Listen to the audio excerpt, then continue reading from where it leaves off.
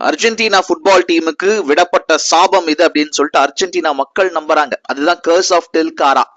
1986ல உலக கோப்பைக்கு முன்னாடி அர்ஜென்டினா வந்து டில்காரன்ற இடத்துல பிராக்டிஸ் பண்றாங்க. என்ன ரீசன்?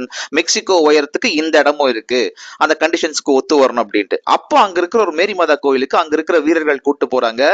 இவங்க வந்து வேண்டிக்கிறாங்க, நாங்க வந்து சாம்பியன் ஆகணும்னு ஆசீர்வாதம் பண்ணுங்க, திரும்ப நாங்க வந்து சிறப்பா செய்யறோம் ஏதாச்சும் கோயிலுக்குன்னு. ஆனால் சாம்பியன் ஆகுறாங்க. பட் அதுக்கப்புறம் திருப்பி அந்த கோயிலுக்கு போவே இல்லை.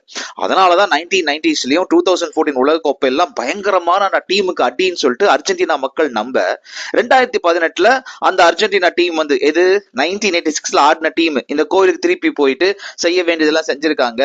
அதுக்கப்புறம் தான் 2022ல உலக கோப்பை அதுக்கு முன்னாடி வந்த வெற்றிகள்லாம் கிடைச்சிருக்குன்னு அர்ஜென்டினா நம்புது.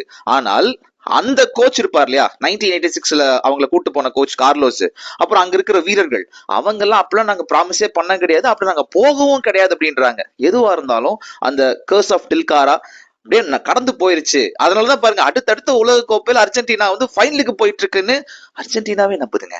நல்லா இருக்கு இது கர்ஸ் ஆஃப் டில்காரா. எனக்கு என்ன, இந்த மாதிரி வேற எந்தெந்த டீமுக்கு எந்தெந்த பிரச்சனைகள் இருக்குன்னு பார்த்து கொஞ்சம் முடிச்சு விடுங்கப்பா. என்னப்பா நீங்க.